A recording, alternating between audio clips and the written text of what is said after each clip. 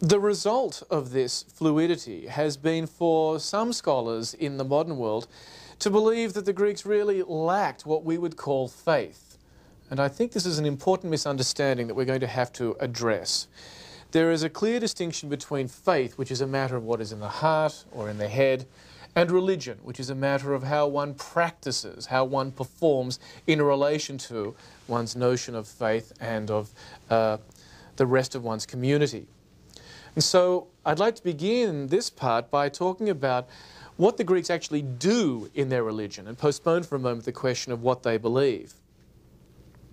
For the Greeks, faith was essentially a private personal matter, but their religion was a public affair. Their religion consisted of actions that were done as a public performance, which were conducted for the good of the entire community. Now, absolutely central here was the act of sacrifice.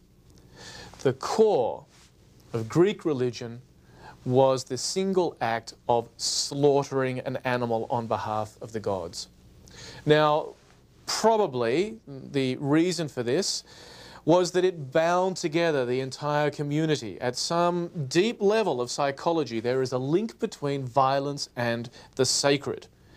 It is a link whereby the entire community chooses a particular victim, and that victim takes on the sins of the community, and the slaughtering of that victim by the entire community ties it together in one violent act. Their blood guilt is taken on by the victim, and then, in the corollary of sacrifice, the feast that follows, the victim is dismembered, and each member of the community participates in the feast, thus taking in the victim, sharing at some level in both the guilt and the expiation of guilt that the sacrifice, the act of sacrifice, has brought with it. This deep connection between notions of guilt at a communal level and the idea of scapegoating, the connecting of violence and the sacred, is actually built into Greek even at the level of the language, so that the term pharmakos, which means a scapegoat, a victim, the animal that you sacrifice, is closely related to the word pharmakon, which can mean both a drug as poison or a drug as remedy or cure. So in some way here, there is a deep connection between that which is very threatening, but that which is also your salvation, that which you kill. As a result, the fundamental action then of Greek religion is the killing of an animal and then the barbecuing of the animal, the cooking of the animal. And the Greeks are very clear about this. It is the smoke and the burning fat going up to heaven which delights the gods, and that leaves the carcass of spare ribs, which is to be eaten by the humans. Obviously, there is a connection here between early communities having a communal form of feasting where the very scarce commodity of meat is divided up between the various members of the population, but it is the psychological operation by which this is handled, which is really critical to Greek religion. Now, because sacrifice, the murder of the sacrificial animal, and then the eating of that animal is absolutely critical to Greek religion, it means that the most important architectural expression of this is not the temple. Most people think that the temple is the center of Greek religion. It is not. The center of Greek religion is the altar, the bomos. This is where the sacrifice is conducted.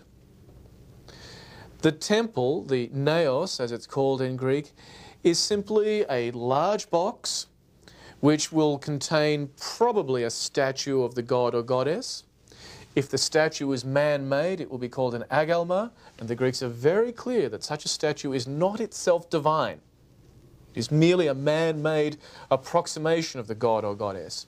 If you're very lucky, you may have a statue in there which is actually something that fell out of heaven. Some aniconic piece of olive wood, for example, and this will be somehow intimately connected with the god or goddess, but this is not an agalma. This is called a xoanon, something sacred that fell from heaven.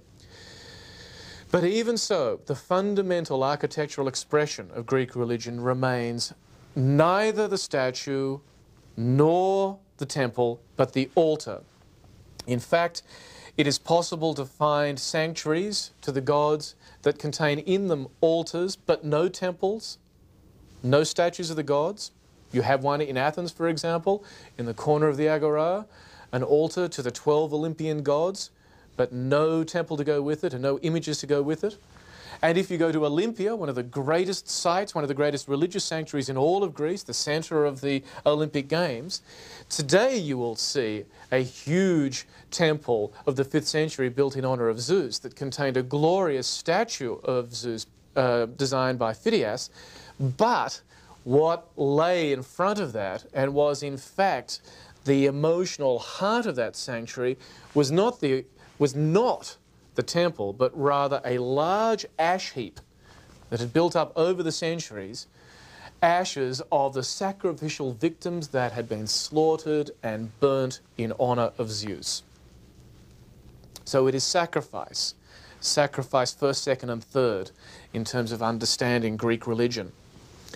Now, sacrifices were conducted in the ritualized context of a religious festival. This was a time out of the ordinary time, which was given over to the god, devoted to the god or goddess.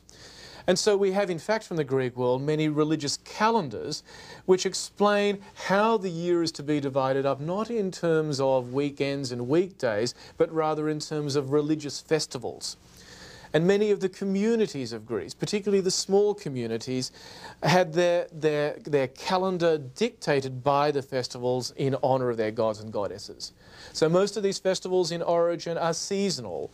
They are to do with celebrating the movement of the stars and astronomical changes, which in turn lead into changes in the earthly realm of men and women by dictating when, for example, the harvest will occur, or when the grapes will be picked, or when the wine will be made, and various other agricultural activities.